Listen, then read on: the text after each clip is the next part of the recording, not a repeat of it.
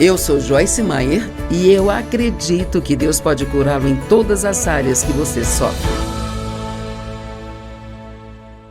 Quando Deus começa a mudar você, isso significa que você sempre terá que abrir mão de algo para tomar posse de algo aqui. Você entende? Você vai ter que abrir mão de algo e pode ser algo que você queira manter. E talvez Deus queira que você fique em algum lugar de onde você quer sair. Ou deixar algum lugar onde você quer ficar. Eu não sei. Talvez você não vá à igreja aqui, está indo a uma igreja morta em algum lugar.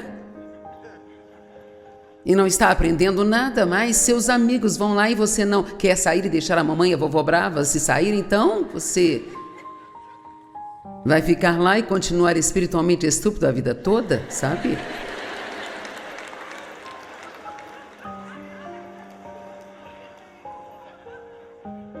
Eu tenho um livro aqui que estou lendo sobre Satanás. E eu decidi que vou escrever um livro sobre o diabo.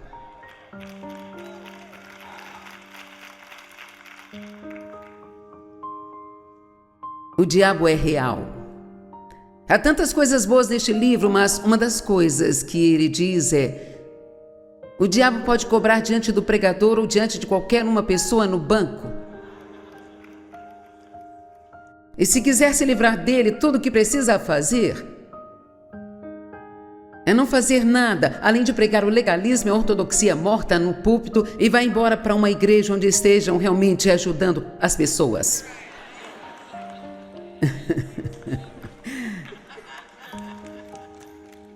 Então, talvez, sabe, eu não sei, talvez Deus esteja lidando com você. Você não está aprendendo nada aqui. Você precisa ir a uma daquelas igrejas selvagens, loucas, onde eles realmente adoram, sabe? Que levantem as mãos, onde eles dançam, onde eles pulam, sabe? Eu não vou lá andar com aqueles malucos pentecostais, hein? Não que você tenha que ir a uma igreja pentecostal, mas, sabe, não importa o tipo de igreja que você vá, mas tem que ter vida nela. E o que está ouvindo ser pregado deve estar mudando você, e se tudo o que puder fazer é sentar e apenas ficar confortável e pensar: eu estou maravilhoso exatamente onde estou.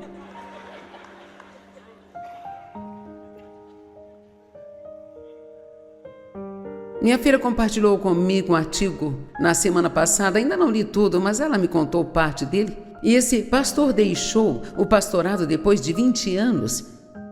Ele disse que deixou porque ele finalmente percebeu que as pessoas para quem estava pregando, elas não queriam mudar de jeito nenhum.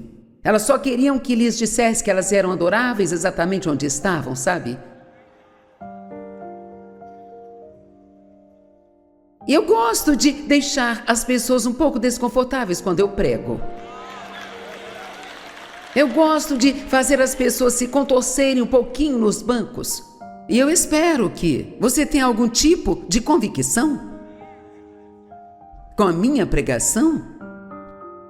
Temos que ir à igreja porque queremos ouvir algo que vai nos mudar, que vai nos tornar mais parecidos com Cristo. Romanos 8:29 diz: somos predestinados por Deus para nós sermos transformados à imagem de Jesus Cristo. Agora, ser predestinado não significa que vai acontecer automaticamente, significa que essa é a vontade de Deus. Ele decidiu isso, essa é a minha decisão. Eu quero que você seja transformado na imagem de Jesus Cristo. Bem, isso vai exigir mudanças e trabalho. Ele diz: você não pode fazer isso, vou te dar o Espírito Santo. E ele vai fazer, mas isso não vai acontecer porque ficamos confortáveis o tempo todo.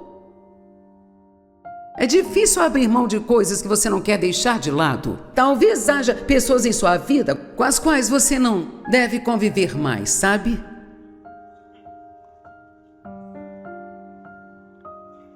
Talvez no trabalho você almoce 2 vezes por semana com um fofoqueiro. E tudo o que eles fazem é tagarelar e reclamar o tempo todo do trabalho. Você não precisa disso. Você não precisa apenas sentar e deixar alguém despejar o lixo deles em você. Bem, eu não quero comer sozinho. Bem, por que não? Você pode ser melhor companhia do que as pessoas com quem você anda? Eu gosto de mim, eu me dou muito bem comigo mesma agora. Quantos sabem que andando com as pessoas erradas, elas podem envenená-los e mantê-los exatamente onde estão e impedi-los de crescer em Deus? Ou se você quer deixar de ser mesquinho, ande com pessoas ofertantes.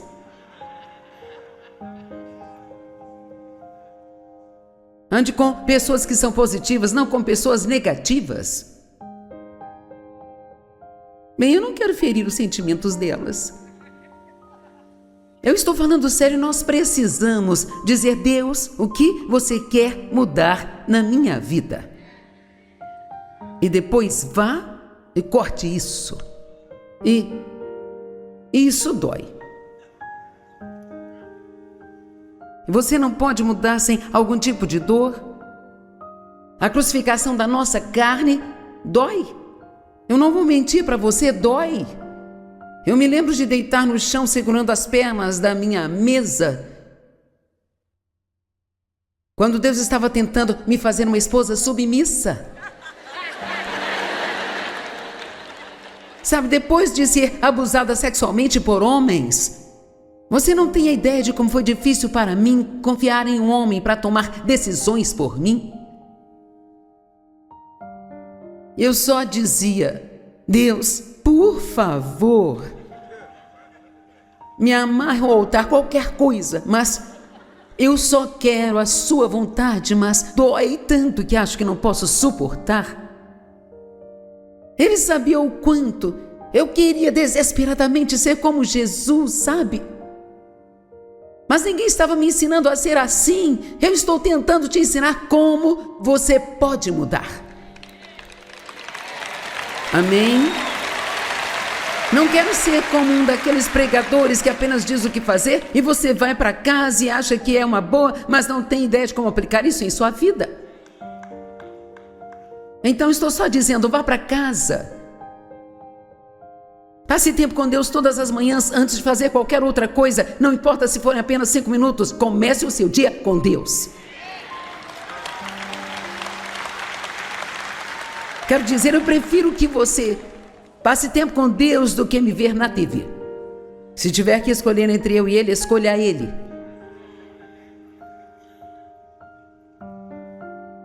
E diga: encha-me do teu Espírito Santo, Deus, eu quero ser o que você quer que eu seja.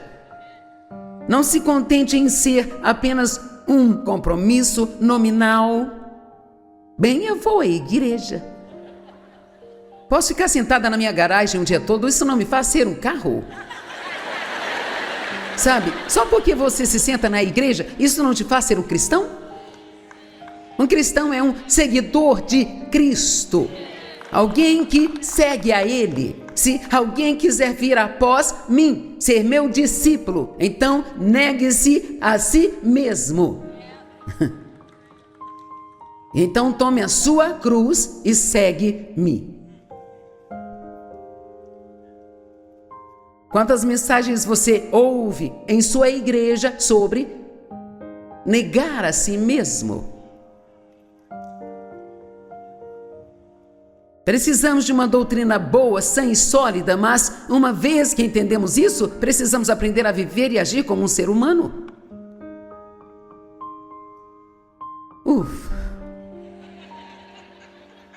Thomas Fuller disse: todas as coisas são difíceis antes de serem fáceis. 2 Coríntios 5, 20 e 21.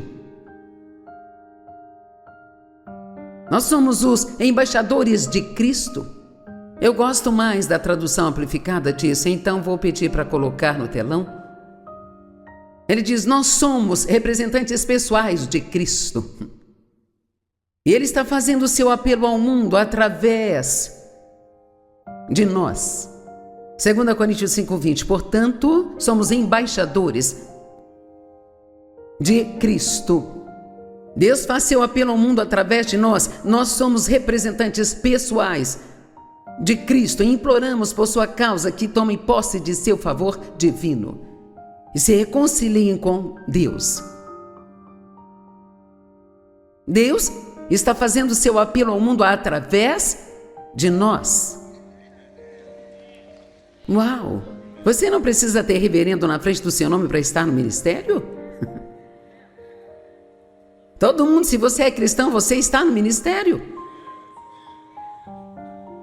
No ministério de tempo integral, porque isso significa que em todos os lugares que vai, você representa Cristo. Você é gentil com as pessoas. Você ama elas, perdoa elas. Tem uma história que eu conto que eu acho que faz um bom ponto. Tínhamos feito uma conferência em Santa Luz e eu ficava cansada depois da conferência. Na época eu fazia 5 sessões, não 3. E nós fomos a um restaurante para comer. E estava muito cheio, tínhamos feito uma reserva e quando chegamos lá disseram que não faziam reservas. Falei, mas nós fizemos uma reserva? Bem, não aceitamos reservas, então por que vocês aceitaram a nossa? Então você pode sentir seu sangue começando a... Então você tem que... Quantos conseguem sentir o sangue ferver?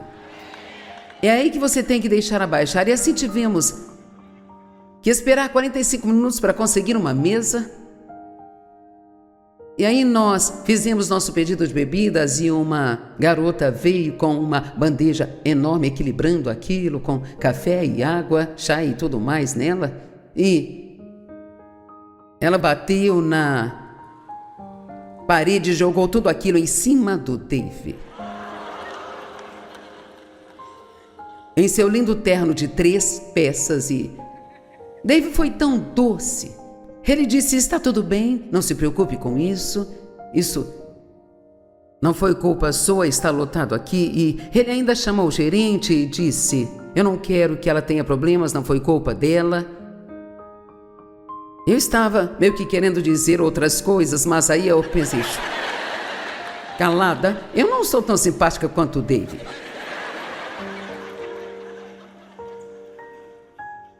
E assim, ela voltou com a segunda rodada de bebidas e dava para ver que ela estava chorando. Ela disse, eu sinto muito. E ela se inclinou e olhou para mim e disse, sabe, eu fiquei tão nervosa quando eu te vi, porque eu sempre te vejo na TV. E eu pensei, obrigada, Jesus, obrigada. Obrigada por eu não ter dado um surto aqui, obrigada, Senhor.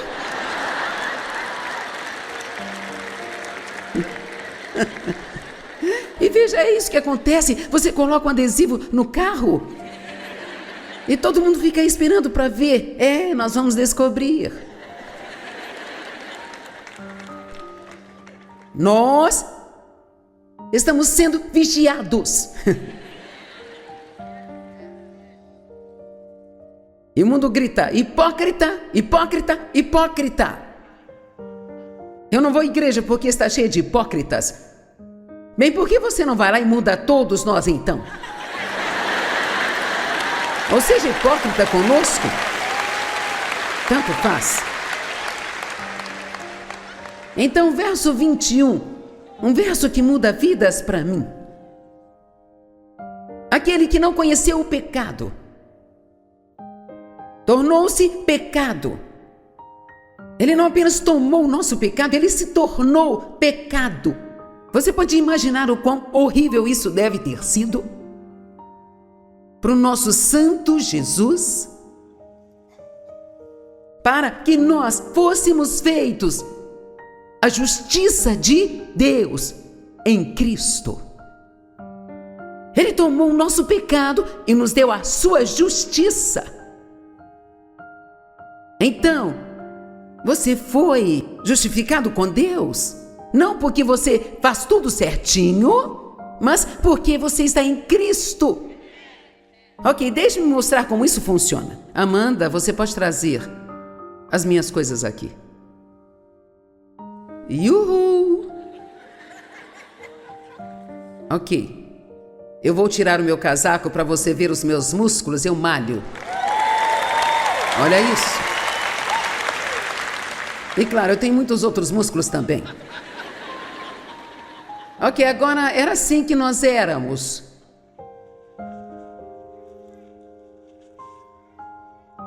Só trapos cheios de correntes, aprisionados. A vida era uma bagunça. Quantos aqui ainda estão desse jeito? Bem, Jesus entra em nossa vida e Ele pega tudo isso e então Ele nos dá a sua justiça. Mas tem um problema, isso é muito grande para nós. Essa é uma boa lição se você a entender. Então, nós recebemos, mas não se encaixa. Então, adivinhe, nós podemos crescer nisso, sabia?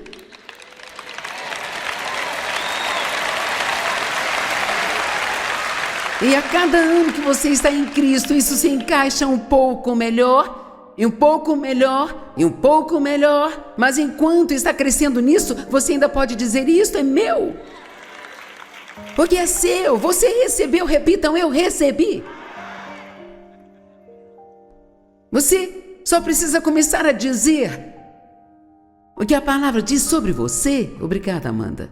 Precisa começar a dizer o que a palavra diz sobre você e acreditar no que a palavra diz antes de você ver acontecer. Quantos acham que conseguem começar a fazer isso? Vai ser uma grande mudança. Isso vai ser uma grande mudança. E o diabo vai lhe dizer: você é louco. Ah, sim. Ele está muito ocupado. Você acha que está ocupado? Deixe-me dizer. Aqui neste livro diz: você acha que está ocupado? O diabo é alguém muito ocupado. Ele está ocupado.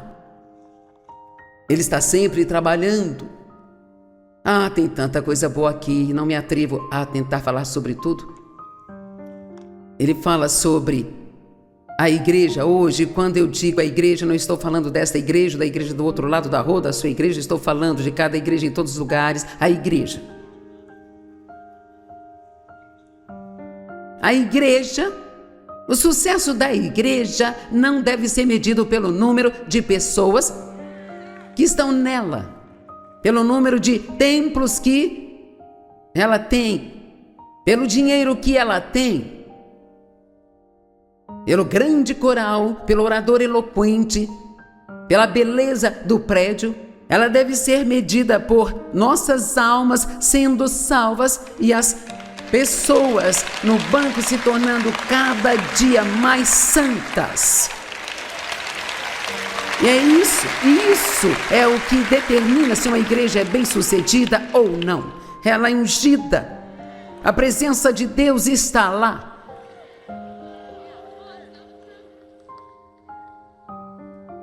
Santidade não é uma palavra ultrapassada.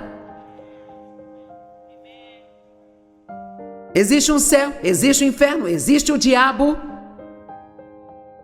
Nós temos autoridade sobre o diabo, mas temos que andar nisso. Ele não precisa mandar na nossa vida, mas temos que ser inteligentes para reconhecê-lo. Deixe-me dizer, você nunca viu ninguém mais trapaceiro e astuto do que o diabo. Você terá problemas e ele fará com que você culpe a Deus. E não há nada que ele se deleite mais do que deixar um cristão bravo com Deus, pensando que Deus é a fonte de seus problemas. Deus não é o seu problema, Ele é a sua resposta. Amém? Deus não quebrou minha perna no closet, eu caí e quebrei a perna porque eu estava tentando atender o meu telefone.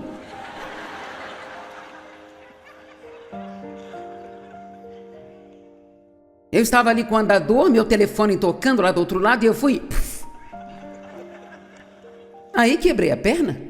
Deus não quebrou minha perna?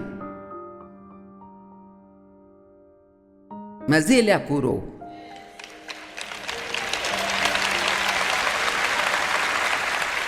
A Bíblia nos diz para vestir e despir das coisas. Eu amo isso. Para revestir-se de Cristo, vestir-se do novo homem, despir-se do velho homem, vestir a armadura de Deus. Bem, como você veste as coisas espirituais? Ele diz, vistam-se do amor. Como você veste o amor? Você quer que eu diga como? Você tira um tempo de manhã e você senta e pensa em ser amável naquele dia. Você pede a Deus que o ajude. E você pensa nas pessoas de quem vai estar perto e como você pode edificá-las e incentivá-las. E lembra da palavra, como um homem pensa em seu coração, assim ele é. Vamos, você... Então você veste as coisas pensando nelas. Eu nunca entrei no meu closet e minhas roupas pularam aqui no meu corpo, sabe? Eu tenho que pensar naquilo que eu vou vestir. Às vezes eu escolho 2 ou 3 coisas e penduro em cabide, sabe? Posso experimentar algo e se não ficar bom, então eu vou e tiro e tento uma outra coisa. Bem, alguns cristãos precisam se olhar no espelho, porque tomaram algumas atitudes que são feias. Vamos falar sobre uma das minhas coisas favoritas por um minuto. Me pergunto, quantas pessoas estão aqui dentro que tem alguém em sua vida que você precisa perdoar por algo?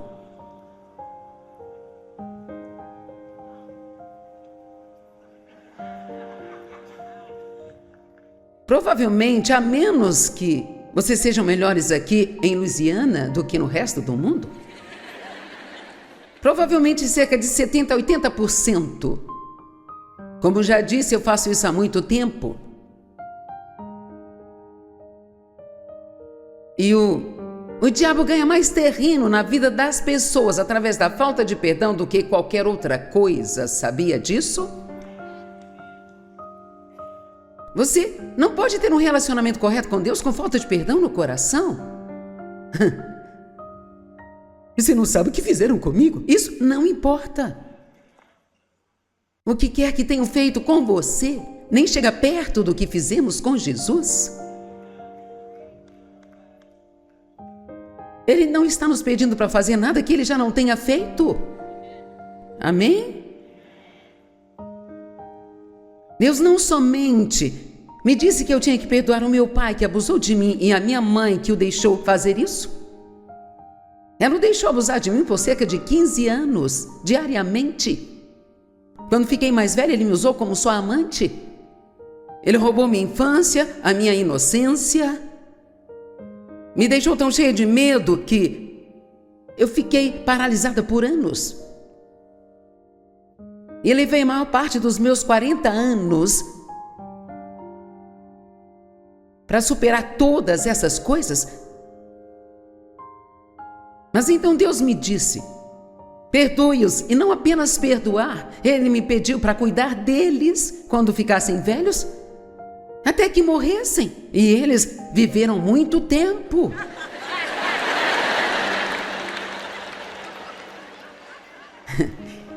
Quando eu disse, sim, eu não pensei que eles viveriam tanto tempo assim. Eu disse, sim, Senhor, eu posso fazer isso por 2, 3 anos, talvez 4, mas foram 13 anos.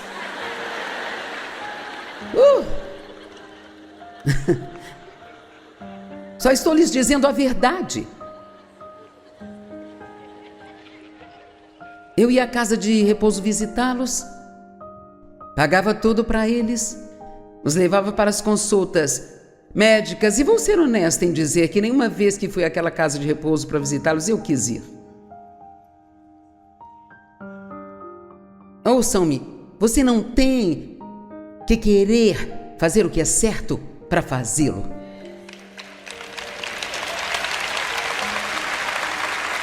Acho que todos aqui precisam ouvir isso. E então estarei finalizando. Isso inclui todos aí em cima também. Não temos que querer fazer o que é certo para fazer. Você não precisa sentir vontade de fazer o que é certo para fazer. Na verdade, às vezes, quanto mais dói quando você está fazendo o que é certo, mais poderoso isso é. Porque se você está disposto a fazer o que é certo enquanto dói... Agora vamos. Eu não queria fazer aquilo. Ah, mas eu vou te dizer algo. Se você quiser dar o troco no diabo pelo que ele fez com você, então vai, seja bom para alguém que te magoou. Vamos lá. Isso é tudo que você tem que fazer. Apenas ir e ser bom para alguém que magoou você. Perdoe a todos. E fique muito bom nisso. Seja rápido nisso. Perdoe as pessoas enquanto ainda estão no processo de te ofender. Sim, apenas converse consigo mesmo e diga: faça o seu melhor, diabo, eu não vou ficar bravo. Já estive lá, já fiz isso e não vou fazê-lo mais.